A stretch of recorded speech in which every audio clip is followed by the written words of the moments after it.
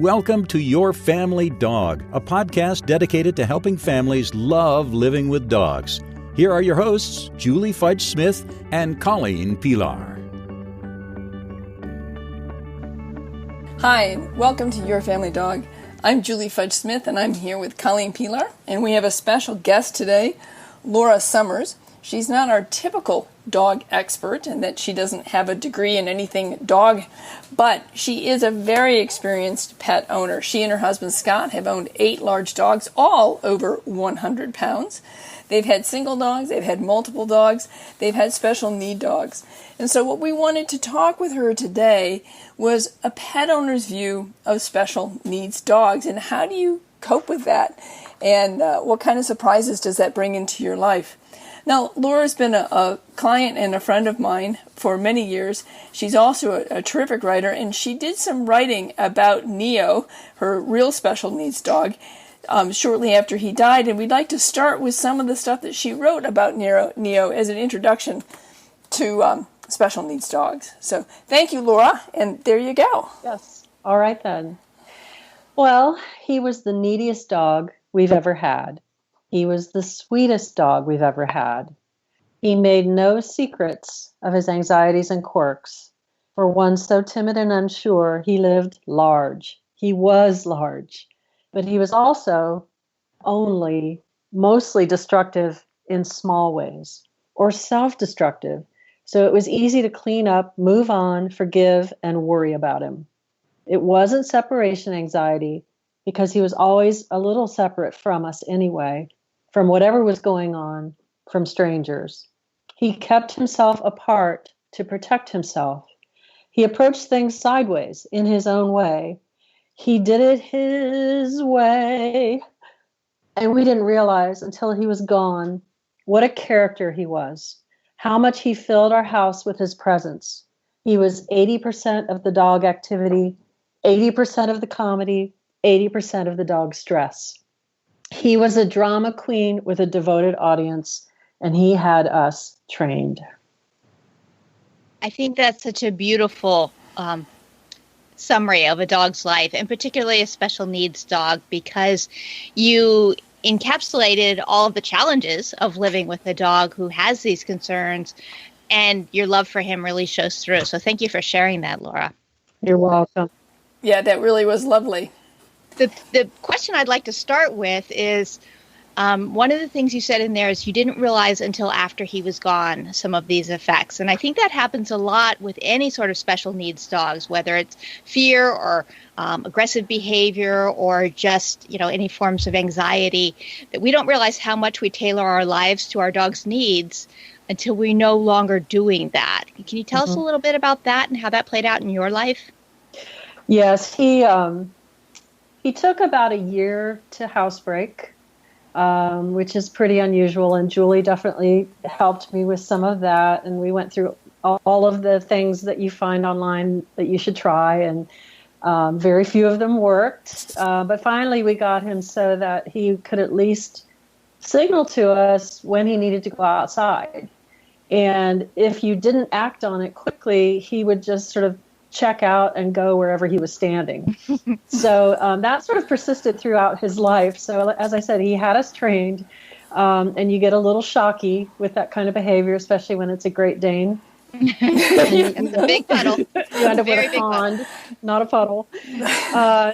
So whenever he signaled, we had to go. So sometimes I would be in the middle of a call for work because we work from home, or I would be fixing dinner, finally workday has ended. I'm finally getting to fix dinner. And once I fix dinner, I get to sit down and relax. And so just when I turn the stove on and get something cooking, he's standing there doing his little tap dance. And I have to take him out. There's just no question about it. So behaviors like that really take their toll on you. You get a little shocky and a little crazy from it. And you even may start to fight over who has to handle the dog at that moment. So that was one thing. He also had a really strange habit, and this was clearly one of his anxieties sort of coming to the fore.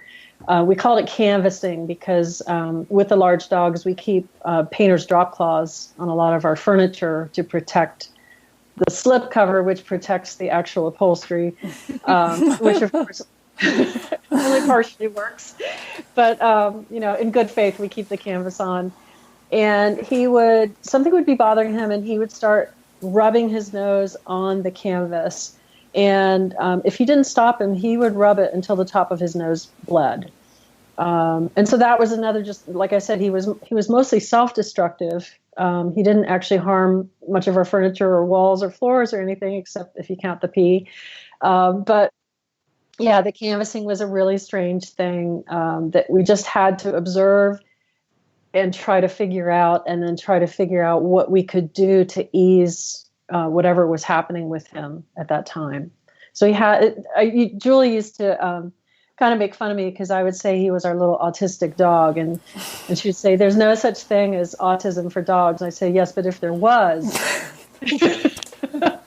I'm not convinced there's no such thing, so we can argue that one. Honestly, I don't even remember saying that, but I'm not saying Laura's a liar. I just don't remember actually saying that. I do remember his canvassing, though, and when I was pet sitting for Laura, the canvassing was never the first day. It was usually, if he was going to start doing it, it was the second or third day, and I would come in, and I remember the first time, I'm like, what the heck is all this? And it wasn't a lot of blood, but it was like spots of blood and not knowing what was going on. But yeah. Laura's right. It was never seeped through to the fabric or anything, but it was unnerving the first time you saw it because you couldn't figure out exactly where it came from. Yes, and I would walk into my closet, a walk-in closet, and find anything that was on the floor pushed into the corners. And so clearly he had been doing something similar in that space as well. So there were just all these sort of odd, kooky little behaviors that you couldn't quite explain or get him to change. Tell us a little bit about his background. Where'd you get him, and what was his story before he came to you? Right. Neo was a puppy mill dog, and he had been rescued from an Amish puppy mill by a woman down in Southeast Ohio who recognizes what's going on there and helps out where she can to just basically get dogs out of there and into real homes. And when we went to see him, we knew his situation. We knew he had been in a puppy mill. We had never dealt with a puppy mill dog before, but we had had a lot of rescues. So he came scooting out of her house, down some steps off a porch and tumbled onto the grass lawn. He was soaking wet, and he just immediately sort of hit the dirt, like all four legs kind of splayed out around him, and then looked up with the sweetest eyes. And she told us she had given him a bath to make him presentable. And of course, that was our first clue about the housebreaking, but of course, we didn't recognize it. And he would barely stand up. He had spent so much time in a kennel that wasn't large enough for him. And spent so much time just being startled and, not really having the kind of socialization that we would expect a dog to have. She said whenever they came into this room that was full of kennels, they would just, bang on a kennel to make noise to get all the dogs to quiet down. So that was his exposure basically to people. And she said that at 4 months old, she thought that he would have a pretty good chance of getting normal, and the fact that we had other dogs to kind of dogify him would also work to his benefit. So she clearly had seen other dogs pull out of this situation and kind of come around. So we had some faith in that. We had a lot of faith in ourselves, probably a little too cocky, but he was irresistible too. So there you have it. The thing about Neo, though, is that I think that his early situation was so deprived of any kind of positive interaction with people, any kind of mental stimulation, any kind of just normalcy, and being the sensitive individual that he is. I think one of the things for Neo is that it was nearly impossible, and he never did become, quote unquote, a normal dog. Neo had challenges his whole life. And I remember when he came to, we wanted to try and get him exposed to a few more dogs, a little bit more experience. So he came to our beginning class, and the way where I was teaching then, it was actually quite valuable. There was a little room that had French doors, and that became Neo's room. And we started out with the French doors just barely open, and Neo would go in and he'd pace, or maybe, if we were lucky, lay down. Didn't take treats the first couple of classes, really. But our goal was for Neo to be able to come in, take treats, participate to whatever degree he could, and exit. And so for the 6 weeks of class, we gradually did things like we opened one French door, and then we were really excited when we got both French doors open, and then Neo would maybe lean out and take a peek, and then he'd go back in again, and he started taking treats. And it was on the very last class, and everybody in class was really terrific. They all understood who Neo was and what he was trying to do. So whenever we play games, we'd have 2 different teams plus Neo, and Neo would earn his own points. And the very last class, I think it was, we were playing My Dog Can Do This, and the card was to get your dog to sit. And Neo not only wandered out of his room, but he looked around, and Laura just said very softly, "Can you sit, Neo?" And it was like backing the bus up. He just backed up, and he went into a sit, and we all just froze because we all wanted to applaud, but we knew that would scare the bejeebers out of him. But yeah, I think with the training, and Julie was wonderful.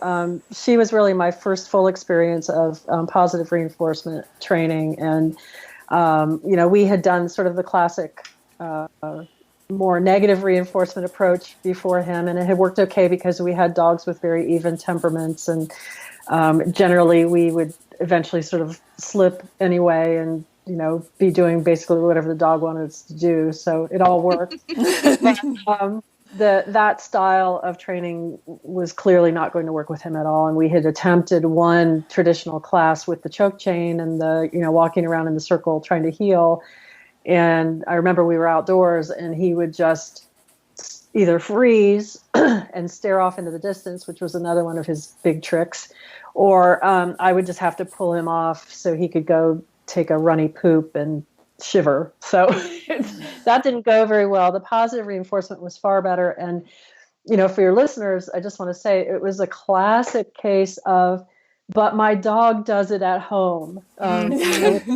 Every trainer has heard, he actually was learning at home, which was very encouraging.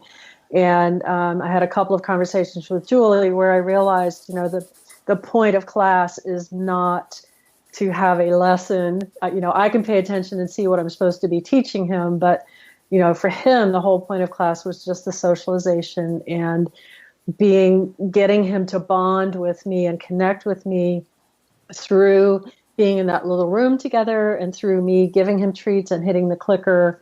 Much more than anything about sit or heel or stay or roll over or whatever. It was all about socialization. We have to have individual goals for individual dogs, and certainly Neo's goals were a little different. Yes, exactly. But he did, at home, he sat pretty well. It wasn't easy for him just because of his size and shape, because he's kind of on stilts, but he sat as well as any Dane we've had, and he would come to his name, and he was really good at, if you told him to get up on the couch with you, he could do that. So that was good. You mentioned the bath being a clue that you didn't recognize at the time. Were there any other things that were said to you or experiences that in looking back you can think, oh, someone probably was trying to tell me this might be a bigger issue than I understand it to be? That's an interesting question. I'm trying to think if there was anything. I think the way that he would freeze up and hit the dirt. Mm-hmm.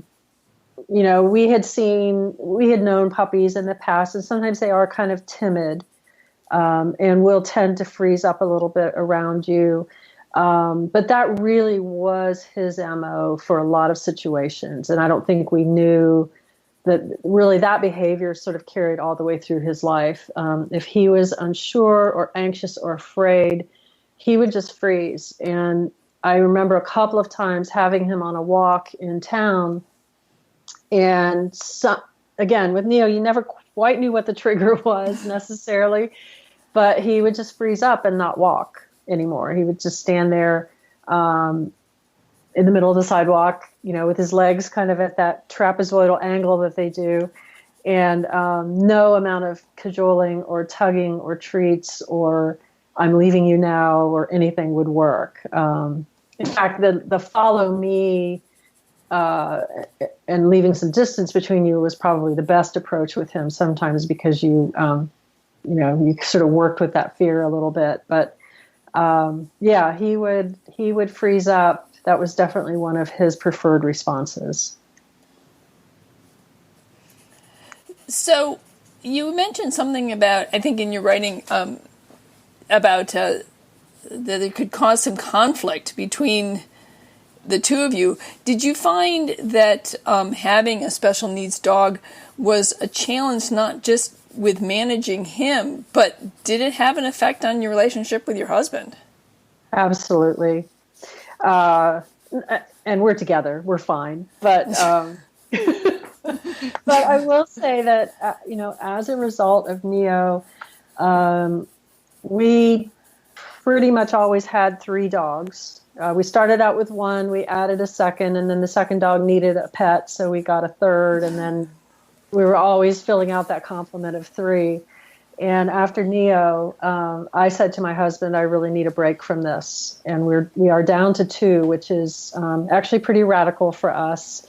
And I've had to sort of take a hard line, which hasn't been very popular. But he took a lot out of me. And I'm not going to say it was traumatic, but there was just that, probably like having a newborn. I don't have kids.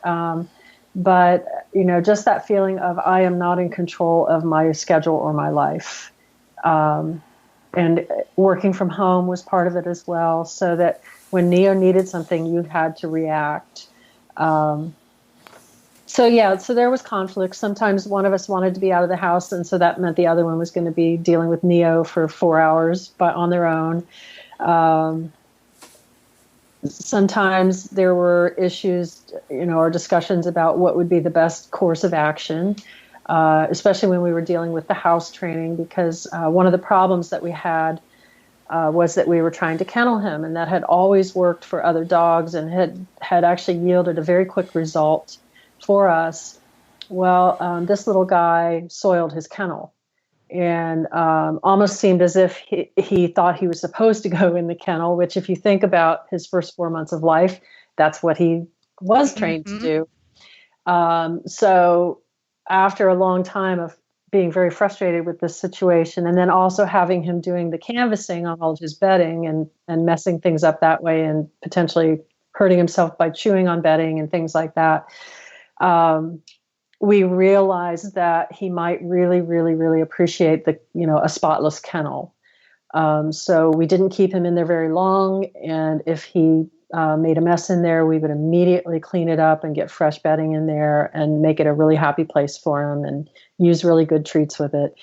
But so you can see how that kind of a situation would create conflict with a couple where you're just trying to figure out what is the best approach. You're not doing it the way I'm doing it. And then if one of you messes up, then, it's an opportunity to play gotcha. So a lot of that is just typical dog care stuff too. But it's definitely magnified with this type of dog, and especially such a large dog. Well, and when you said one of us leaving for 4 hours, so it's not like one of us leaving for 4 days and I have to watch the dog. It's, you have an afternoon appointment and you're going to be gone for 4 hours and it's just me. That's a whole different level of animal care there. Yeah, and it goes to show just how much, especially in the beginning, that he needed to be managed so carefully. So if you're talking 4 hours is a trying time to be left alone with a dog, you're talking about a dog that has truly almost severe special needs to begin with. Yes. And, when things sort of stabilized for us, I would say we could be gone 4 or 5 hours and that was it. And if we were coming home because we are in business together, and so we would have to go to meetings together. If we were coming back at the 5th hour, we were nervous, about what we might find in the house. And how old was Neo at the time that he died? Neo was 9 years old. So that is many, many years of that level of care. Yes. And we were lucky to have some very understanding dog sitters. We've always had dog sitters stay in our house with the dogs. It's so funny. We looked into boarding when we took a long trip to Italy, and our dog sitter fell through about 5 years ago. And we were very concerned about boarding him. And it worked out that we didn't have to. But what was funny was we visited a number of the kennels in the area, and they would have been able to put the dogs together, or at least 2 of them in a run together, because we were like, no way this dog can be alone. But they didn't even have an opening tall enough for him to walk through without scooching down on his knees. And it was just, the decision was made for us, and fortunately it worked out. But, those are some of the kinds of things that you may not really think through when you're taking on this kind of a project. Yes. Yeah. Having someone able to take care of your pet when you're not able to do it yourself, whether that's an afternoon dog walk because you have a long meeting, or it's a trip to Italy and we're talking about days or even weeks. It's amazing how I guess a lot of people aren't as concerned about it as I, but I wish they were, because it's a hard thing. And, I currently have an older dog who has some special needs, and he has a neck injury, and oh gosh, it's like, you have to pry me out of the house if I don't know exactly who can take care of him, because you worry about it. And so that is a very difficult thing. And my favorite class to teach, of course, is the Relaxing Rowdy Rovers, which is the reactive dogs. Mm-hmm. And most of those dogs don't like a stranger. So if they didn't have a good dog walker when they were young, sometimes they're not too excited to meet the new person who you think would be great. And that could be an awesome, wonderful, dog-loving person, but doesn't mean your dog's going to like him. Right. We, well, fortunately, he was a very sweet dog and a very endearing dog. So the dog sitters who did work with him and got to know him really enjoyed spending time with him, even though he was a lot of work. But the concept, I've heard people do this where they actually take turns watching each other's dogs. That's really never been an option for us, even before Neo, because of the size of our dogs and the people who don't have large dogs. There are things they just don't understand that they should. Yes. Like how large dogs. Yeah, how strongly they can pull, or how much water they drink in a day. That was another thing with Neo. I've heard people talk about dry mouth Danes. Apparently, some people breed Great Danes so that they don't slobber. And I've never checked to see if this is actually a thing, but I think it probably is because it sounds really screwy. So we think he was probably bred to be a dry mouth Dane. And what that seemed to mean was that he was almost insatiable for water. So in addition to having the housebreaking problem, we also had a dog who was drinking water constantly.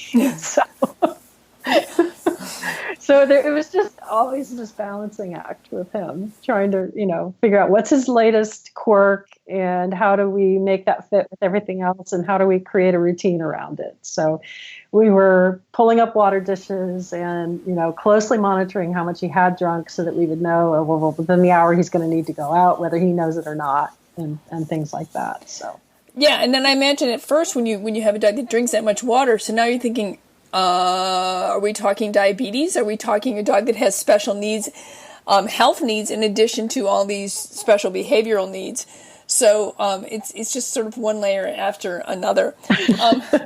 But it's funny because somebody once said to me, don't you love your most difficult child the most? And I said, kinda.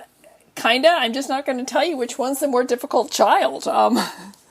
Yeah. I think sometimes when we have a dog that requires that much from us, depending on the stage of life that we're in, if we can manage it, oftentimes that dog does become very close to our hearts, because perhaps we all maybe want something to need us that much.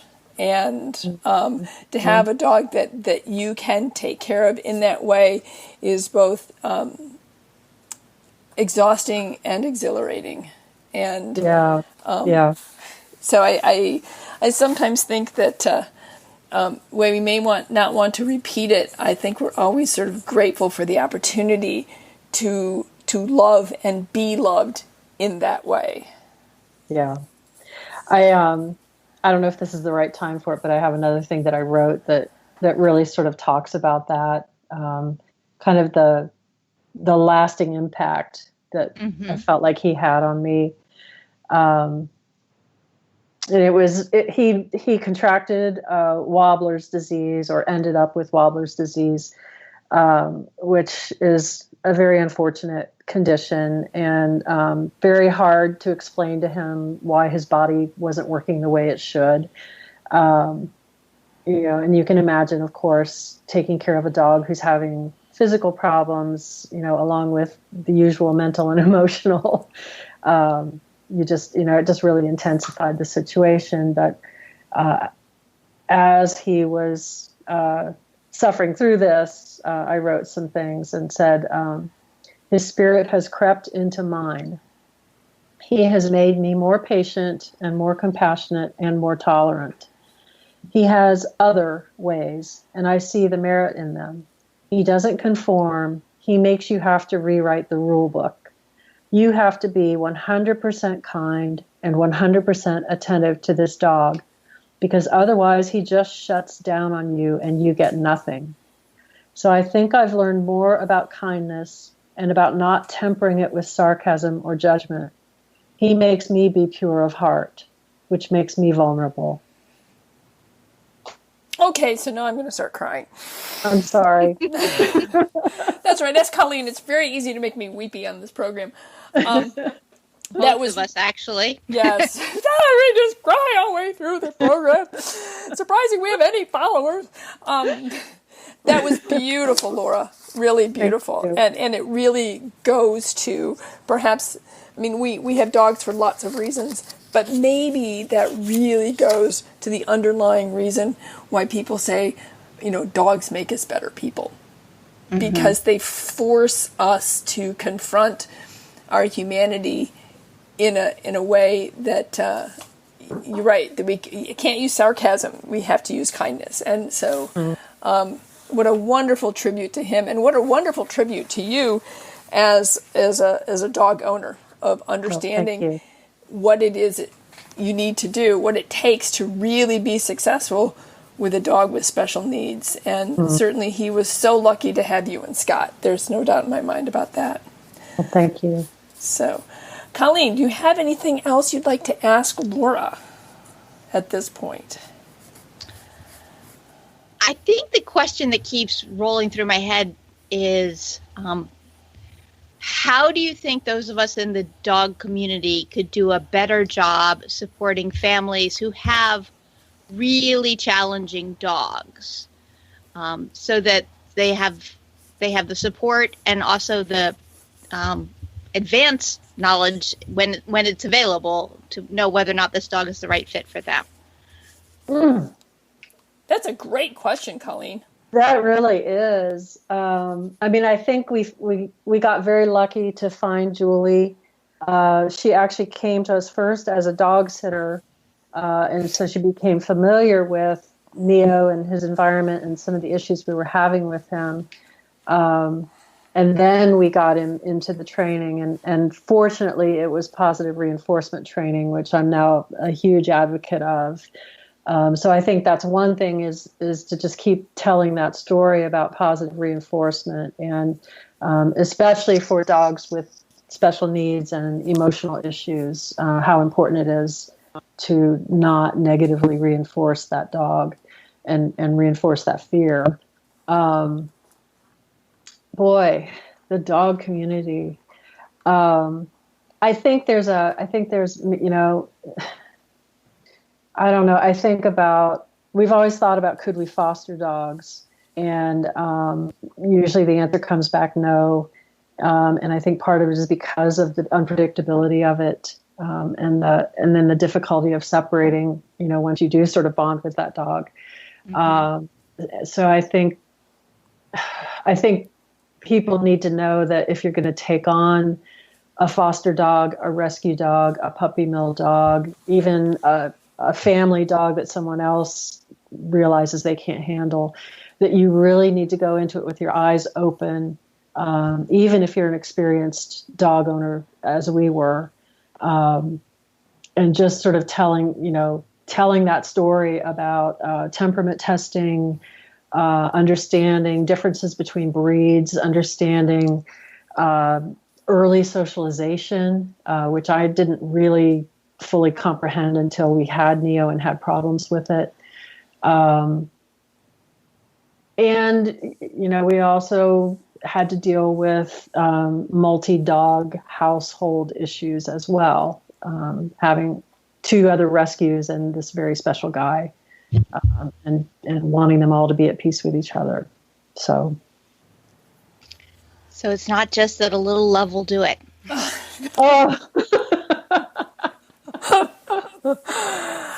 I mean, that's like the baseline. That's like the price of entry.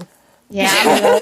That's your table stakes. And then because you love them, then whether you like it or not, you're going to learn about training. You're going to learn about housebreaking. You're going to be on the internet at 10 o'clock at night going, will a belly band work or not? You're going to be calling other people who have dogs. You know, you're going to be talking to people like Julie and continuing to talk and spending money on it and talking to the vet about it and writing about it. So yeah, without the love, you're not going to get there. But the love is just sort of the kickstart for it all. Yeah. Thank you so much for sharing your experiences with us, because I think it's a piece that's hard for people to talk about sometimes because they do love their dogs. So they don't want to say, oh my gosh, living with that dog was super hard. But it was super hard. You did it because you loved him, and there were many benefits, as you so beautifully expressed in the beginning. But that doesn't change that it was challenging. And thank you for sharing that. Yes, thank you very much. You're welcome. We miss him to this day.